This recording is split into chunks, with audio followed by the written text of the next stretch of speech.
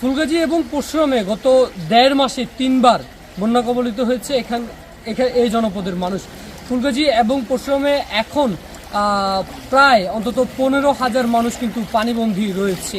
গত ১.৫ মাসে এখানকার মানুষ ৩বার ভারতীয় উজানের পানি এবং মুহুরী কহুয়া নদীর যে বাঁধ সেটি ভেঙে লোকালয়ে পানি প্রবেশ করেছে।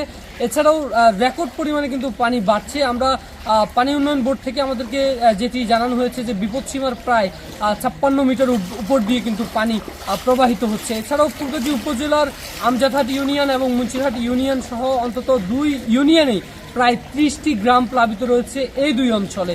এবং পরশুরাম উপজেলার সহ বিভিন্ন পরশুরামের এখন যে ফেনী পরশুরামের যে আঞ্চলিক সড়ক, এই আঞ্চলিক সড়ক কিন্তু একেবারে পুরোপুরি বন্ধ রয়েছে। বছরের পর বছর, যুগের পর যুগ এখানকার মানুষের এই ভোগান্তির কোনোভাবেই আসলে বন্ধ করা যায়নি।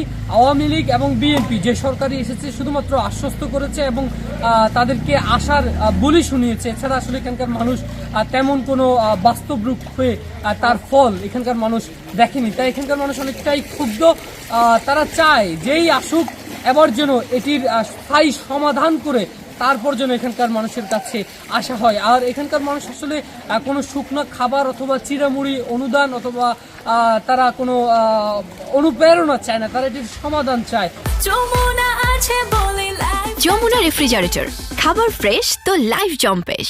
কারণ এখানকার যে কৃষি খাত রয়েছে ব্যাপকভাবে কিন্তু কৃষি ক্ষতিগ্রস্ত রয়েছে। এর পাশাপাশি মৎস্য চাষি রয়েছে ফুলগাজী এবং পরশুরাম উপজেলা, ২ উপজেলার মানুষই কিন্তু মৎস্য চাষিরা রয়েছে, আর তারাও কিন্তু ব্যাপকভাবে ক্ষয়ক্ষতির শিকার হয়েছে। অন্যদিকে গত ১.৫ মাসে প্রায় ৩বার এই অঞ্চলের মানুষ বন্যা কবলিত মানুষ বন্যা তারা আক্রান্ত হয়েছে।